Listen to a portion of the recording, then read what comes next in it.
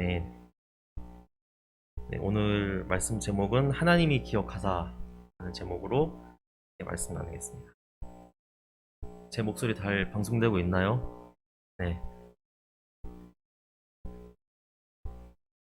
아까도 말씀드렸듯이 임기론 집사님 또 목사님의 장인 어른이시고 사모님의 아버지 그리고 제 외할아버지께서 목요일에 소천하셨습니다. 사실 이 죽음이라는 이별이 굉장히 슬플 수도 있고 또 남은 사람들로 하여금 공허한 마음이 들게 할 수도 있죠.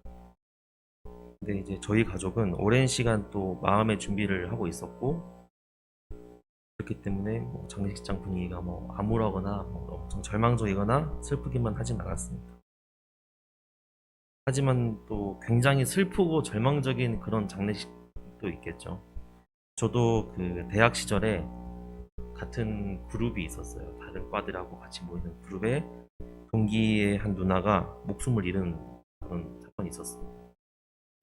그래서 갑작스러운 죽음이잖아요. 그러니까 뭐 저를 비롯한 친구들뿐만 아니라 부모님 아마 잘 기억은 안 나지만 엄청 절망적인 장례식장 분위기가 있었습니다. 특히 2주 전에도 또 이태원에서 끔찍한 사고가 발생했죠. 수많은 인파로 인해서 사망자만 157명이 나왔다고 합니다. 사망자 대부분이 20대였고 10대도 12명이나 있었다고 합니다. 여러분 그 장례식장이 어떤 분위기일지 상상이나 되시나요? 아마 이 사건을 보신 분들은 아마도 2014년에 일어난 세월호 사건을 기억하셨을 수도 있습니다. 저는 그때가 기억나더라고요. 이태원 사건을 보면서. 그때도 299명의 사망자가 난 아주 끔찍한 사고였습니다. 당시 우리나라 전체가 큰 슬픔에 잠겼고 저도 군대에서 외박에 잘렸어요. 그때 훈련받고 있었는데 근데 오늘 본문에 방금 저희가 읽은 본문에 보면 더 큰 참사가 나옵니다. 노아의 홍수 다들 아시죠? 노아의 가족과 동물 한 쌍씩만 빼고는 모든 생명이 다 죽었던 사건입니다. 오늘은 이 노아의 홍수 사건을 통해서 우리가 알 수 있는 점 3가지에 대해서 한번 나눠보려고 합니다. 첫 번째는 바로 노아는 의인인가 하는 점인데 말씀 함께 같이 읽어볼게요. 창세기 6장 9절 함께 읽어보겠습니다. 시작. 노아는 의인이요 당대의 완전한 자라 그는 하나님과 동행하였으며. 네, 노아의 홍수가 시작되는 창세기 6장 9절을 보면 뭐라 나와있죠? 노아는 의인이요 라고 노아를 설명하고 있어요. 자, 이 문장을 보시면서 제자대학 나오신 분들은 의문이 들어야 됩니다. 어떤 의문이죠? 의인은 없다면서요. 얼마나 없어요? 하나도 없다면서요. 그러면 노아만 예외였을까요? 사실 홍수가 끝난 다음에 노아에게 일어난 사건을 보면 뭐가 있었냐면 노아가 포도를 키웠거든요. 그래서 포도주가 났어요. 포도주를 마시고 취해서 옷을 벗었죠. 그런 거 보면 별로 그렇게 의인처럼 보이지도 않아요. 근데 심지어 당대의 완전한 자라 라고까지 표현하고 있습니다. 물론 이렇게 해석할 수도 있어요. 그 시대가 너무 타락하고 악이 너무 팽배해서 그에 비하면 노아 정도는 뭐 의인이라고 봐주자. 하나님 입장에서 너무 깜깜하니까 흑인의 치아가 더 밝게 보이는 것처럼 노아도 그렇게 상대적으로 의인이다 라고 해석할 수도 있죠. 하지만 그 앞에 나오는 말을 확인해보면 답이 나와요. 항상 답은 본문 속에 있잖아요. 그 앞절 6장 8절을 보면 뭐라 나와 있냐면 노아는 여호와께 은혜를 입었더라 라고 나와 있습니다. 그러니까 노아가 의인이라는 것을 알려주기 전에 성경 저자는 먼저 노아가 은혜를 입었다는 것을 알려주고 싶은 거예요. 이게 무슨 뜻일까요? 물론 노아가 하나님 앞에서 바르게 살려고 노력했을 수도 있습니다. 하나님과 동행하면서 당시에 만연해 있던 그 죄를 짓지 않으려고, 동참하지 않기 위해서 부단한 노력을 했을 수도 있습니다. 하나님과 완벽하진 않았겠지만 하나님 앞에서 죄를 짓지 않기 위해서 홀로 고군분투하고 있을 수도 있습니다. 근데 그런 내용은 성경에 표현되어 있지 않아요. 성경에 표현되어 있는 건 뭐죠? 하나님께 은혜를 입었더라, 이 표현이 되어 있습니다. 그러니까 노아가 의인일 수 있었던 이유는 하나님의 은혜였다는 거예요. 노아가 의인으로 여겨져서, 성경의 의인으로 표현이 되어서 악한 세상에서 하나님의 심판을 피할 수 있었던 이유는 하나님의 은혜와 하나님의 택하심이었다는 겁니다.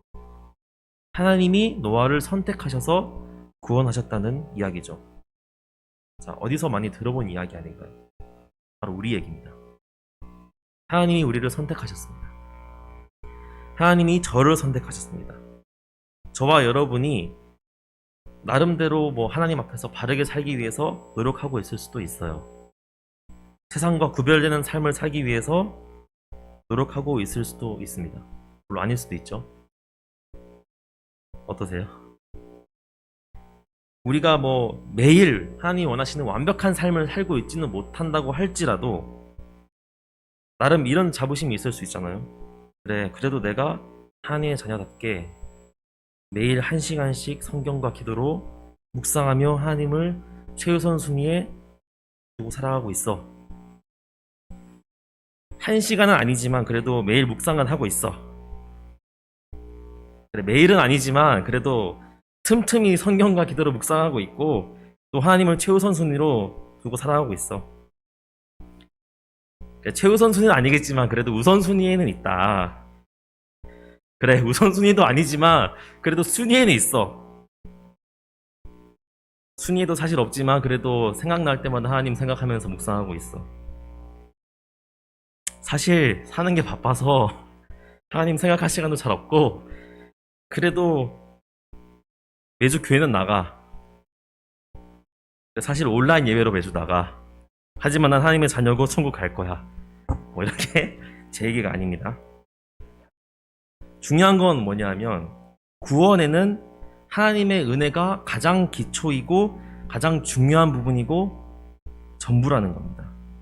이 하나님의 전적인 은혜가 얼마나 감사하고 놀라운 일이고 다행인지 느껴지시나요? 만약에 이 홍수의 사건에서 노아가 하나님께 은혜를 입었다는 말이 없이 그냥 노아는 의인이었다 라는 말만 나왔다면 사실상 우리는 절망할 수밖에 없어. 그래, 노아는 정말 완전한 자였구나, 정말 대단한 사람이었구나, 그래서 구원받았겠구나. 하나님을 감동시켜서 구원을 받으려면 얼마나 우리가 잘 보여야 될까요? 얼마나 완벽해야 될까요? 완전하시고 흠없으신 하나님인데 기준이 엄청 높지 않겠습니까? 100점 만점에 120점이죠. 일단 우리는 방주도 지을 줄 모르잖아요. 그런데 하나님은 그런 우리의 연약함을 아십니다. 우리를 구원하는 조건으로 우리의 의로움이 아닌 하나님의 은혜를 거셨습니다. 그 은혜를 베푸시기 위해서 예수님을 이 땅에 보내주셨고요. 그러니까 이 노아의 홍수 사건에서 우리가 깨달아야 하는 것은 죄로 인해 분노하셔서 세상을 멸망시키는 하나님의 모습뿐만 아니라 죄로 인해 멸망할 수밖에 없는 세상에서 하나님의 자녀, 즉 저와 여러분을 구원하시기 위해 우리를 택하신 하나님의 은혜를 깨달아야 합니다. 두 번째로 알아볼 거는 과연 노아의 홍수가 과학적으로 증명이 되는가? 창세기 7장 11절, 12절을 함께 읽어보겠습니다. 시작. 600세대 되네 둘째 달 곧 그달 11의 날이라. 그날에 큰 기품의 샘들이 터지며 하늘의 창문들이 열려 40주야를 비가 땅에 쏟아졌더라. 아멘. 여러분 혹시 창조과학이라는 말을 들어보셨나요? 들어보셨죠?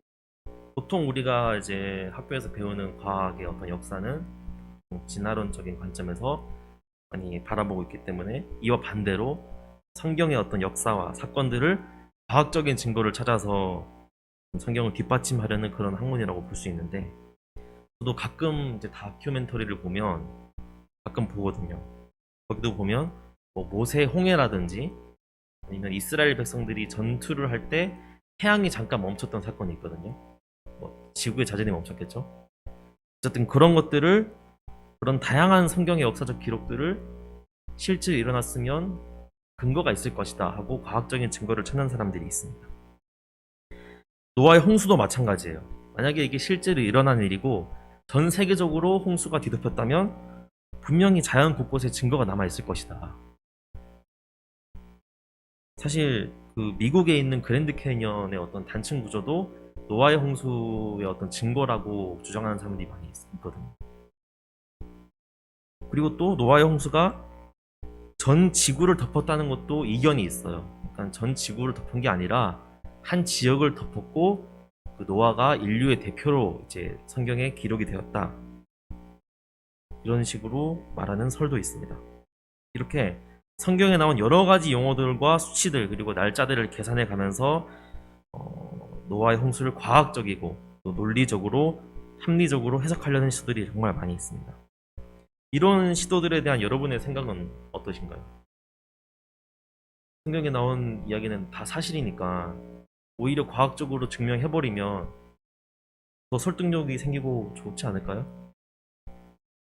아니면 굳이 성경에 나온 내용을 인간의 어떤 과학이나 논리에 짜맞추려고 하는 거는 무의미한 노력일까요? 어떨까요? 방금 읽으신 본문을 보면 홍수의 상황을 자세하게 표현하고 있거든요. 근데 이상한 부분이 하나 있습니다. 제가 느끼기에 저한테 이상한 부분이 하나 있어요. 뭐냐면 바로 큰 기품의 샘들이 터지며 하늘의 창문들이 열려 비가 쏟아졌다 라는 표현입니다. 성경 저자는 비가 쏟아졌다는 것의 원인을 두 가지로 표현하고 있어요. 뭐죠? 큰 기품의 샘들이 터진 것과 하늘의 창문들이 열려 비가 쏟아졌다. 그렇죠? 우리가 비가 엄청나게 오면 하늘에 구멍이 뚫렸다고 하잖아요. 지난번에 폭우가 서울에 한번 왔었는데 그때도 저도 하늘에 심하게 구멍이 뚫린 줄 알았어요. 심지어 제 방이 5층이었는데도 방에 물이 샜습니다. 그래서 막 난리가 났었는데 저는 이 하늘의 창문이 열렸다는 게 그런 비유적인 표현인 줄 알았어요. 처음에는. 그러면 기품의 샘들이 터졌다는 건 뭘까요? 그때도 무슨 지하수 수도관이 있어서 여기 터진 걸까요? 아니면 해일이 넘어오는 거를 비유적으로 표현한 걸까요? 사실 이 표현은 비유적으로 비가 엄청나게 많이 왔다 이걸 표현하기보다는 실제적으로 그 사건에 대한 사실적인 묘사에 더 가깝다고 볼 수 있습니다. 그걸 어떻게 아냐? 답은 항상 어디 있죠? 본문에 있습니다. 창세기 1장 6절 7절 한번 같이 읽어보겠습니다. 시작. 하나님이 이르시되 물 가운데에 궁창이 있어 물과 물로 나뉘라 하시고 하나님이 궁창을 만드사 궁창 아래의 물과 궁창 위의 물로 나뉘게 하시니 그대로 되니라. 이게 지금 하나님이 창조하신 때의 그 말씀인데 뭐라 나와 있죠? 물을 두 부분으로 나누셨어요. 그래서 궁창, 이게 하늘인데 물이 있는데 그 가운데 궁창을 만드셔서 궁창 위의 물과 궁창 밑의 물로 나누신 겁니다. 그리고 어떻게 하셨죠? 궁창 밑의 물은 한쪽으로 모으셔서 땅이 드러나게 하셨어요. 거기서 우리가 살게 되는 거죠. 그러니까 하늘의 창문들이 열렸다는 거는 일반적으로 구름을 통해서 내리는 일반적인 비가 아니라 이 하늘 위에 있는 궁창 위의 물이 창문이 열리면서 땅으로 쏟아졌다는 겁니다. 그렇죠? 하나님이 창조하실 때 나눠 놓으셨던 궁창 위의 물이 떨어졌다는 거예요. 그리고 기품의 샘은 뭘까요? 여기서 기품이라는 단어에 해당하는 히브리어가 테홈이라는 단어라고 합니다. 테홈. 이게 흑암이라는 뜻인데 이 단어가 창세기 1장 2절에 나온다고 해요. 흑암. 학자들에 의하면 이 창조 시에 땅을 덮고 있었던 원시의 바다를 의미한다고 합니다. 표현은 좀 어렵죠? 그러니까 창세기 1장 9절에 그 물이 있고 물이 한쪽으로 모여서 땅이 드러난 그 전에 그 물을 태움이라고 표현한다고 합니다. 그러니까 정리를 하자면 노아의 홍수는 단순히 지구에 어떤 비가 많이 와서 땅이 잠겼다 이런 지구의 대재앙을 표현한 것이 아니라 하나님이 창조하신 세계가 뒤집어졌다는 뜻이에요. 좀 더 정확하게 말하자면 하나님이 창조하신 세계를 해체하셨다고 표현을 하기도 합니다. 보세요. 하나님은 창조하실 때 구분을 하셨거든요. 어떻게 구분하셨냐? 빛과 어둠으로 구분하셨어요. 낮과 밤을 구분하셨고 땅과 물을 구분하셨어요. 그래서 사람이 살게 하셨죠. 또한 선악을 알게 하는 나무의 열매를 구분하셔서 일반 나무의 열매와 구분하셔서 먹지 못하게 하셨어요. 그리고 이걸 보시기에 좋았다. 이때 좋았다가 히브리어로 토브라는 단어입니다. 토브. 뜻은 선이란 뜻이에요. 선. 선과 악 할 때 선, 토브. 근데 아담과 하와가 열매를 따먹고 구분을 깨버리게 됩니다. 그래서 악해져 버리자 하나님께서 보시기에 좋았던 이 세상에 해놓으셨던 구분을 해체시키신 거예요. 다시 합치신 거예요. 그게 바로 노아의 홍수인 겁니다. 그러니까 하늘 위와 아래로 나눠져 있던 물이 합쳐진 사건이에요. 단순히 비가 많이 내린 사건이 아니라는 거죠. 좀 쉽게 설명을 하자면 노아의 홍수를 과학적으로, 노아의 홍수뿐만 아니라 성경의 역사적인 어떤 사건들을 과학적으로 설명하고 싶은 사람이 있다면 먼저 사람의 과학과 인간의 지식에 한계가 있음을 인정하고 출발을 해야 됩니다. 하나님이 하시는 역사는 단순히 우리가 이해할 수 있는 어떤 과학적이고 역사적인 사건 그 위에 하나님의 창조, 타락, 구속의 역사의 일부인 것이죠. 노아의 홍수는 단순히 전 지구적인 사건이 아니고 창조의 세계가 흔들리며 해체된 전 우주적 사건이라고 봐야 되며, 따라서 하나님의 위대하심과 전능하심을, 그리고 이와 대조적으로 인간의 약함과 부족함을 알 수 있는 사건입니다. 또한 이 노아의 홍수가 단순히 멸망의 사건이라고 보는 것은 좀 너무 단순한 시각이에요. 실제로 홍수가 있은 다음부터 수많은 자손들이 태어났잖아요. 지금까지도 홍수로 인간이 멸망하지 않았고, 하나님이 노아의 언약을 통해서 홍수라는 사건을 기반으로 새로운 세계를 시작하신 겁니다. 단순히 인간이 잘못해서 벌을 내리신 게 아니고 새로운 세상을 위해 하나님께서 창조하신 세계를 해체하시고 다시 구분하신 전 우주적인 사건입니다.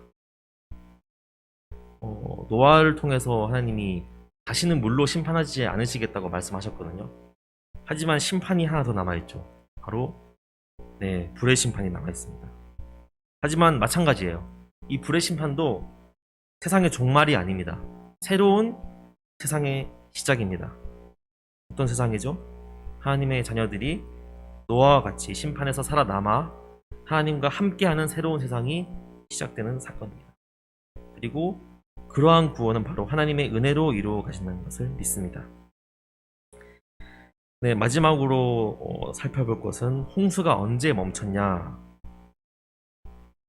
이런 것을 살펴볼 건데, 결국 이 홍수가 그치고 물이 빠져서 땅이 드러났죠. 그 기준점이 언제냐, 그 기준점이 어디냐는 건데, 자, 보기를 드리겠습니다. 1번, 땅이 다 잠겼을 때 홍수가 그쳤다. 2번, 방주 밖의 모든 생명체가 다 죽었을 때 홍수가 멈췄다. 3번, 방주 안에 먹을 것이 다 떨어졌을 때 홍수가 멈췄다. 4번, 본문에 답이 있을 것이다. 몇 번일까요? 오늘 본문 1절부터 3절까지를 다시 한번 읽어볼게요. 시작. 하나님이 노아와 그와 함께 있는 방주에 있는 모든 들짐승과 가축을 기억하사 하나님이 바람을 땅 위에 불게 하심에 물이 줄어들었고 깊음의 샘과 하늘의 창문이 닫히고 하늘에서 비가 그침에 물이 땅에서 물러가고 점점 물러가서 150일 이후에 줄어들고. 자, 1절에 뭐라고 되어 있죠? 하나님이 기억하사, 하나님이 노아와 그의 방주에 있는 모든 들짐승과 가축을 기억하시고 홍수가 멈췄다고 나와 있습니다. 하나님이 노아를 기억하시고 나서야 바람이 불고 물이 줄어들고, 그리고 아까 뭐가 열렸던 그 기품의 샘과 하늘의 창문이 닫히고 비가 그쳤습니다. 물이 땅에서 물러났습니다. 그 원인이 뭐라고요? 하나님의 기억하심입니다. 그 아까 사진 한 장 볼까요? 이 홍수 사건의 구조를 봐도 이 하나님이 기억하심이 홍수 사건의 전환점인 것을 알 수 있거든요. 어려워 보이지만 별거 아닌 사진입니다. 서론 나오고 6장 11절부터 땅의 폭력이 가득한 것을 하나님이 보셨죠. 그리고 하나님이 진멸키로 결심하셨습니다.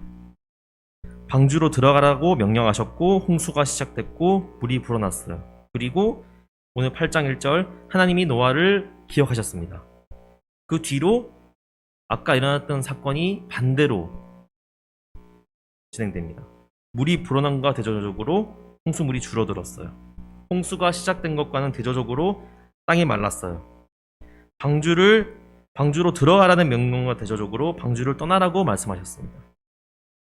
하나님이 진멸시키기로 결심하신 것과는 대조적으로 질서를 보존하기로 결심하셨습니다. 땅의 폭력이 가득한 것과는 대조적으로 언약을 하시고 축복을 하시고 평화를 약속하셨습니다. 그러니까 이 홍수 사건이 시작된 후에 멈추고 다시 줄어들기 시작한 전환점이 바로 이 하나님의 기억하심이라는 겁니다. 그럼 이제 기억하심이 뭔지 알아봐야겠죠. 기억하심. 하나님의 기억하심이 뭘까요? 아, 맞다. 내가 물로 심판했었지. 잠궈야겠다. 이제야 기억나신 걸까요? 이 기억하심으로 사용된 또 히브리어 단어가 있습니다. 자카르라는 단어인데 이게 어떻게 다른 성경에서 사용되는지 한번 볼게요. 창세기 19장 29절입니다. 없어요?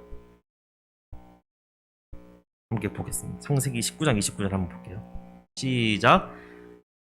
적의 성을 멸하실 때 곧 롯이 거주하는 성을 엎으실 때에 하나님이 아브라함을 생각하사 롯을 그 엎으시는 중에서 내보내셨더라. 자, 여기서 하나님이 아브라함을 생각하사 할 때 이 생각하사에 바로 이 자카르라는 단어가 사용이 되었습니다. 하나님이 소돔과 고모라를 멸망시키려고 하실 때가 있었는데 그때 아브라함의 조카가 이 성에 있었어요.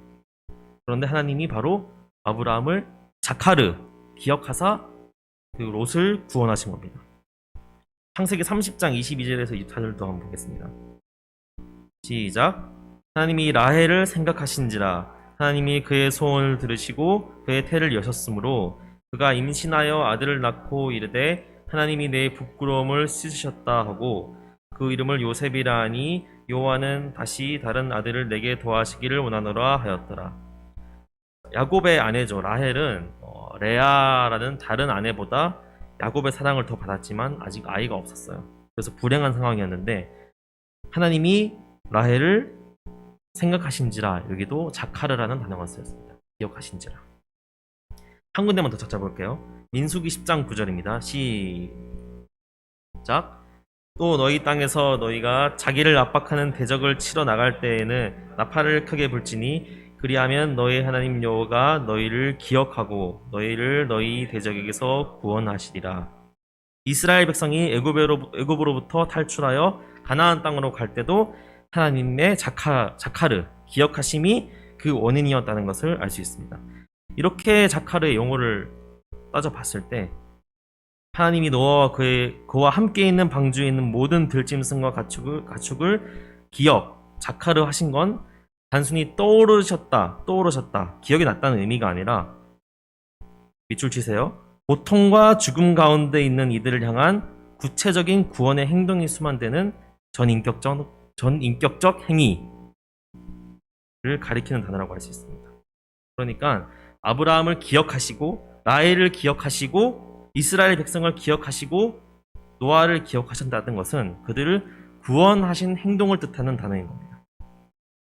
그런 하나님이 우리를, 저를, 여러분을 기억하십니다. 여기서 기억하신다는 것은 수많은 하나님의 자녀들 중에 그냥 한 명일 뿐인 내 이름을 그저 알고 계시는 게 아니라 나를 인격적으로 아시고 나를 구원하신다는 것을 의미합니다. 게다가 더 중요한 사실은 하나님이 노아의 의나 순종을 기억하신 게 아니라는 거예요. 바로 노아를 기억하신 거랍니다. 아까도 말씀드렸다시피 하나님의 구원 행위는 하나님의 은혜로 우리를 기억하사 하시라는 것을 다시 한번 알 수 있습니다. 이 부분에서 노아의 의나 순종을 기억하신 것이 아니라 노아를 기억하신 하나님께서도 여러분과 저도 기억하시는 줄 믿습니다. 네, 결론입니다. 우리가 성경에 나오는 여러 인물들을 보면서 하기 쉬운 위험한 착각이 하나 있어요. 뭐냐 하면 바로 성경 인물들이 엄청 위대한 위인들이라는 착각입니다. 물론 우리가 성경 인물들을 보면서 많은 것을 배울 수는 있겠죠. 노아를 보면서 노아의 의로움과 하나님과 동행하는 모습을 배우죠. 아브라함을 보면서 자식까지도 하나님께 바칠 수 있는 희생을 배우죠. 요셉을 보면서 하나님이 주신 꿈을 놓지 않고 하나님과 동행하여 결국 총리가 되는 끈기를 배우죠. 모세를 보면서 지팡이를 내리쳐서 홍해를 가른 믿음을 배우죠. 다윗을 보면서 체급 차이를 극복하고 골리앗을 물리친 용기를 배우죠. 하지만 우리가 절대로 착각하지 말아야 될 것은 성경의 주제, 성경의 주체는 하나님이 사용하신 그 인물들이 아니라 그 죄인들을 사용하셔서 구원 역사를 이뤄가시는 하나님의 위대하심이라는 겁니다. 잘 깨달으셔야 됩니다. 하나님은 노아의 의로움이 아니라 노아를 기억하셔서 구원하셨습니다. 굶어 죽을 것이 두려워서 2번이나 이방인의 땅으로 가고 거짓말을 한 아브라함을 믿음의 조상으로 세우셨습니다.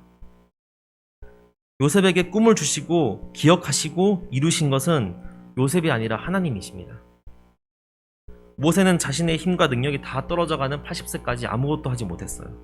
그런 모세를 사용하셔서 이스라엘 전 백성을 애굽으로부터 탈출시키신 것은 하나님이셨습니다. 부하의 아내를 빼앗고 나약함으로 인해 하나님 앞에서 수많은 죄를 지은 다윗을 통해서 이스라엘 역사를 쓰시고 시편으로 하나님을 찬양하게 하셨습니다. 결국 성경은 우리와 똑같은 다를 바 없는 죄인들을 사용하셔서 역사를 이뤄나가시는 하나님에 대한 이야기인 것입니다.